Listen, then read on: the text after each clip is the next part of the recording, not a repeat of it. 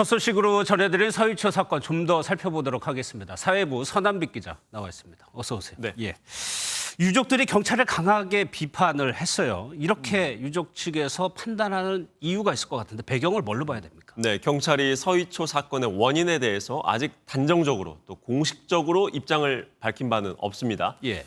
다만 경찰 조사 과정에서 일부 관계자들의 진술 내용이 바깥으로 흘러나오면서 개인 신상 문제에 대한 얘기가 나온 걸로 전해집니다.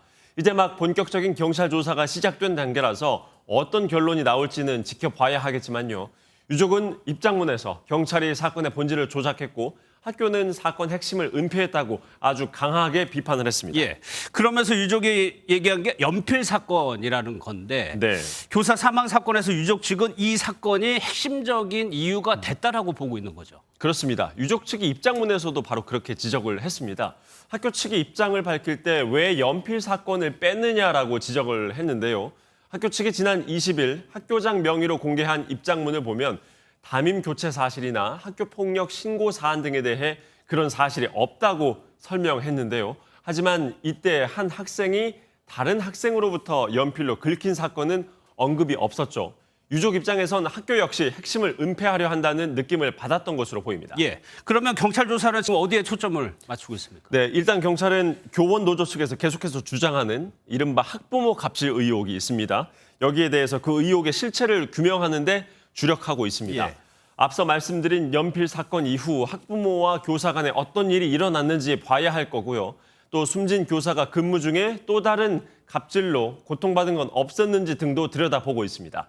경찰은 교장 등 60여 명의 교사를 모두 참고인으로 불러서 조사를 한다는 방침입니다. 예, 이런 교권 붕괴나 침해가 우리만의 일은 아닌 것 같아요. 뭐 일본에서도 교사들의 이직 현상이 굉장히 심각하다면서요. 네, 일본 교사들의 또 스트레스 지수가 매우 높다는 한 조사 결과가 나왔습니다. 일본 공립초중고교에서 정신질환으로 이직한 교사가 2021년 한 해에만 953명으로 역대 최다였습니다. 문부과학성 통계조사인데요. 조사가 3년마다 이루어지는데 정신질환으로 인한 이직자, 교사 숫자가 2018년보다 171명 늘었고 최초 조사 시점인 2009년과 비교하면 1.6배 늘어난 수준이라고 합니다. 가장 이직자 숫자가 많은 건 초등학교였고 그 다음이 중학교, 고등학교 순이었습니다.